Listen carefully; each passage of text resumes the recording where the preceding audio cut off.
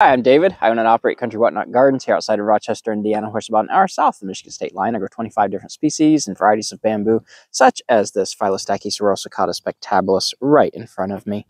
And I wanted to show how much shoot growth could be considered normal outside the edge of the grove in the spring for most species of bamboo, particularly those in the Phyllostachys genus. And you can look right here, you can see there are many, almost countless shoots coming up in the yard outside the grove. And I will be mowing these off when I mow the lawn next time here coming up. But I wanted to show how the shoots come up pretty densely in this swath outside the grove from the edge outward as far as the tallest culm is high. And you can see the shoots in this swath. And as I pan over here, you can see nothing. Because this distance here is all the further that grove can sustain live rhizomes under the lawn without having green growth out here to photosynthesize to sustain these roots to produce growth further out over here. And if I get down here, I think the shoots will show particularly well. Let me get down on the ground a little bit so I can pan my camera around a little bit. There you can see they're just sticking up all over the place. There they are. And I saw one over here somewhere. Oh, I see it. I was going to show this as an example. See, deer don't like bamboo, but doesn't keep them from trying it. Right there is one that has been nipped off. Right there. You can see their little incisors just got right down on there and got to that. But you can see the majority of the shoots around here are not nipped off because they tried that one and didn't like it. A lot of times you'll even find, if you look around, you'll even find the little piece down here a lot of times that they nipped off. I don't see it right offhand, but sometimes they'll even spit it right back out.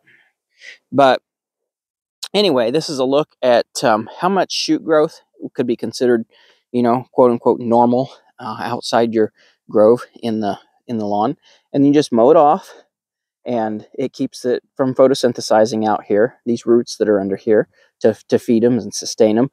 And then you can see outside this swath, see you have all this abundant shoot growth here, and then it gets over to about here, and well, there's one. Okay, about that far, about as far as the tallest culm is high, and then it just stops.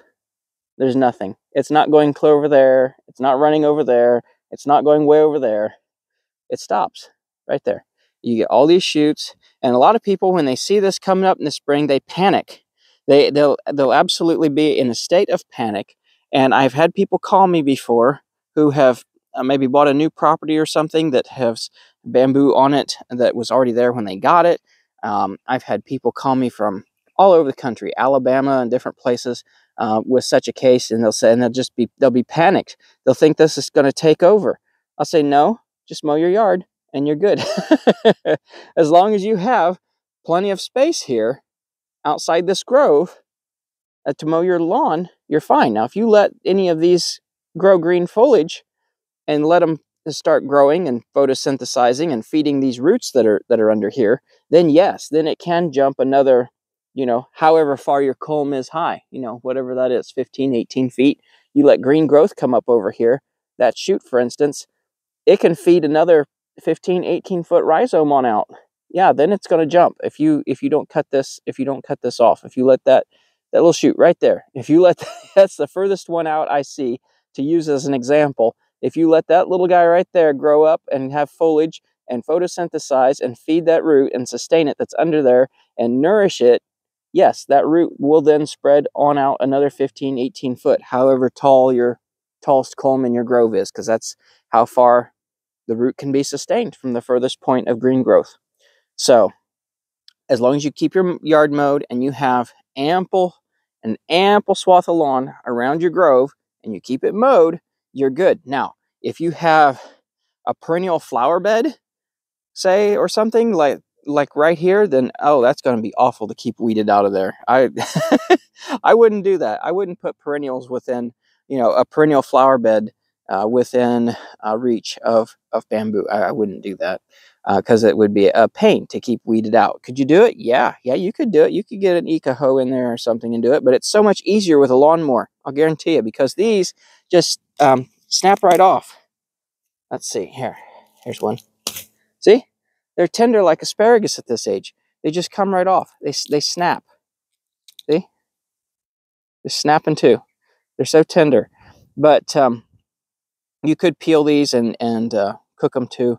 If, you know, that's up to you. The size they are, it's hardly worth it. But if you had larger ones, you could. Not that you still couldn't eat this. I mean, it's still edible. But I've already done a video on that a short time back. But the lawnmower makes quick work of this, and it removes all this growth out here and keeps it from sustaining these roots any further out than about that point right there.